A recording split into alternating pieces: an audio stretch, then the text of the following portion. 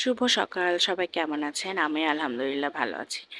ঘুমটা ভাঙছে আজকে একদম শিলপাটার আওয়াজে। এসে দেখি আম্মু এই মজাদার ভর্তা করতেছে।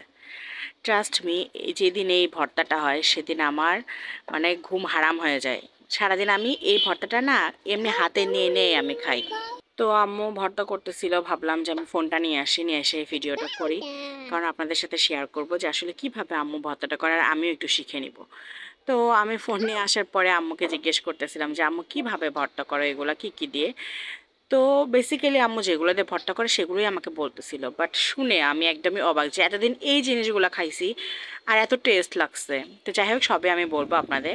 মরিচ ভর্তাটা করার পরে ওটা রেখে আবার ডালটা একটু পিষে নিছে, নিয়ে ডালের সাথে আবার ওই একটুখানি মরিচ মানে যতটুকু প্রয়োজন সেটা দিয়ে এখানে আবার ভালো করে মিক্স করে নিয়ে এই যে বাটিতে তুলে নিচ্ছে, ভর্তা শেষ। আর এই যে এটা হচ্ছে মরিচ ভর্তা আর এটা ডাল ভর্তা। এখন আমি প্লেট নিয়ে দৌড়ে আসছি, আসে এখন খাবো। তো খেতে বসছি, বিশ্বাস করেন এত গরম ভাত, তো তারপরেও অনেক কষ্ট করে নিয়ে নিয়ে মেখে মেখে খাচ্ছিলাম।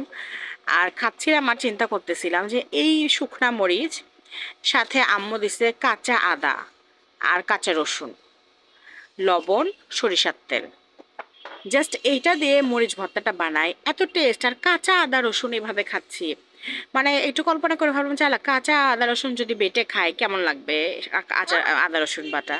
কিন্তু আমরা আসলে এটাই খাচ্ছি, ওই হচ্ছে শুকনা মরিচ, তারপর লবণ আর সরিষার তেল দিয়ে কাঁচা আদা রসুন বেটে এই মরিচ ভর্তাটা বানায়।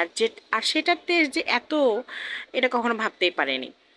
তো যাই হোক, এই ডাল সেদ্ধ ভাত এটা আসলেই অনেক মজার খাবার, সবারই খুব পছন্দ কম বেশি।